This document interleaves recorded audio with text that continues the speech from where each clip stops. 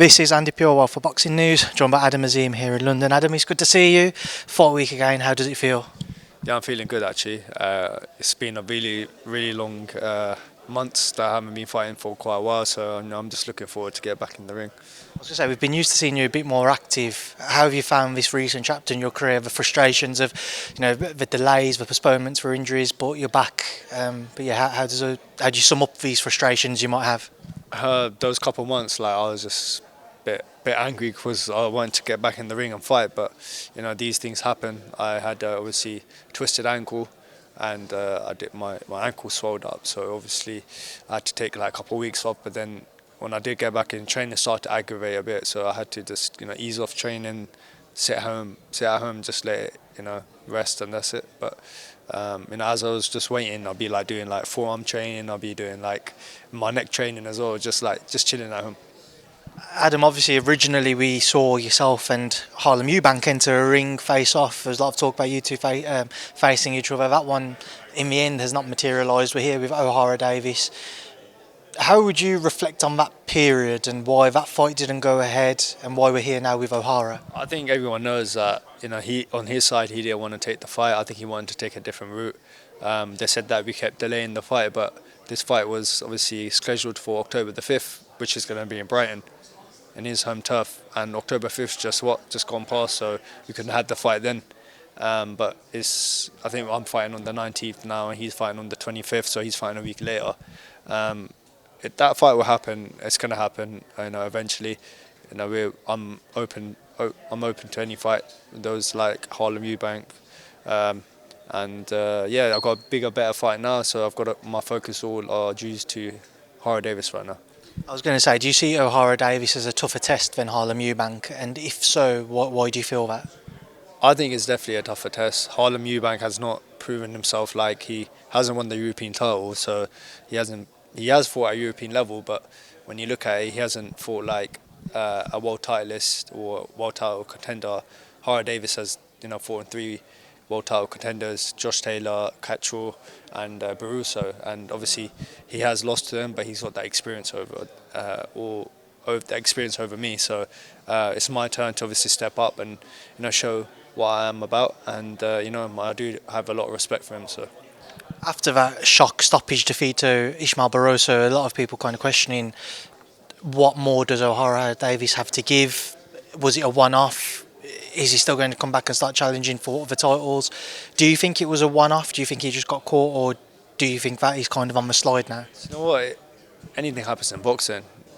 Anyone can have an off day. Do you know what I mean? It could be with the nutrition, it could be with the weight cut, it could be with your camp. But look, it's one shot can obviously knock someone out.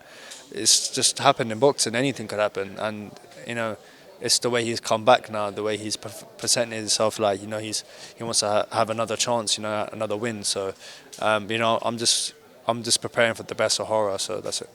He can be an awkward fighter to go in against as well. How do you look to try and break him down? And are you confident of producing one of those highlight reel stoppages against Ohara Davies? We should see on the fight now. I don't really want to give anything away, but I've got respect for him, so I don't want to say anything bad towards him. But I had a great camp. I've been in camp for 12 or 15 weeks, and I'm just very looking forward to it. I'm a better version of myself for what I was 1 year ago. So, and I know that. Victory here, Adam. I know it's one fight at a time, but where to next? When you look at the rest of this year, do you think it's possible to get maybe out once towards the end of December, or are you looking early January? How do you see your time playing out? My eyes on Ohara Davies, but straight after this fight, I'm taking a week off. I've got another fight straight after that as well. Already agreed? It's not agreed yet, but we're looking at that December time. Then I've got another fight in February, so I'm back to back.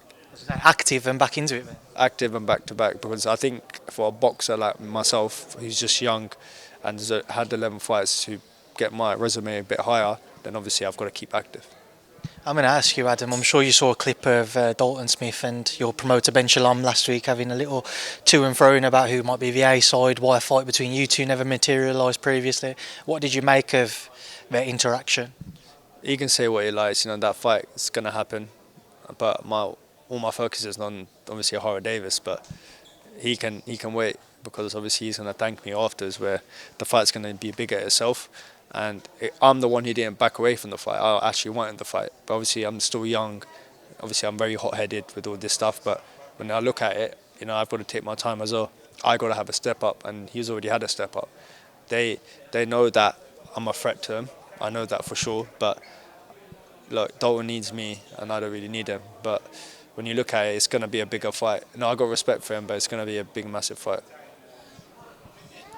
Do you think that it would be fair to say, when you mentioned Dalton having a step up, that you need that similar type of step up, i.e. he's had a Jose Zepeda who's fought at world level, you need something similar before you two align or cross paths? Which is what I'm having there. I've got Ohara Davies, the same, caliber as Jose Zepeda, and he's at world level as well, so they're both at world level. So I've got a big fight here, and I've got to focus on that. Can I just ask one more on it all? You mentioned looking to fight in December and February. All of this will obviously be dependent on, fingers crossed, no injuries and what have you, but is Dalton a name being mentioned for one of those dates as a team? We shall see. Hopefully next year I'll be fighting Dalton Smith. Adam, just away from yourself, just a quick couple of questions. Get your thoughts on this past weekend, undisputed bout between Beterbiev and Bivol. How did you see it? How do you look at it? Well, it was such a really, really good fight. I did thought Bivol done enough to win the rounds, but when I look back at the 10, 11th and 12th, Beterbiev did come back and, he digged really deep. So, and it looked like Bivol stopped working as hard as what he did. I did have it a draw. I did have Bivol winning, but I think at the end I did watch the fight again, and I did think Arthur Beterbiev did win the fight. So, Just quickly want to get your thoughts on some other fights before we do wrap this up. One in your division, Catterall Prograis next weekend. How do you see it unfolding? I've got Catterall beating Regis Prograis. I think he's been at that level, and I think he's doing quite well. So he's beating Josh Taylor. So I think I've got Catterall winning by points. Billam-Smith, your campmate, Zerdo Ramirez. How does he go about defeating Zerdo and becoming a unified champion? Billam-Smith all the way. It's 100%. I've seen him in camp all the time. I've been training with him, and he's going to be on fire. I think Chris Billam-Smith easy. It's the last one, end of November, back in Birmingham. We're going to see Sonny Edwards and Galal Yafai, amateur rivals. Do you have a favourite? I've got Yafai because he's younger, fresher boxer, and I know him, so I wish him all the best of luck. Adam, listen, I appreciate your time. Now enjoy the rest of your day, enjoy the rest of the week, and of course, good luck on Saturday. Thank you.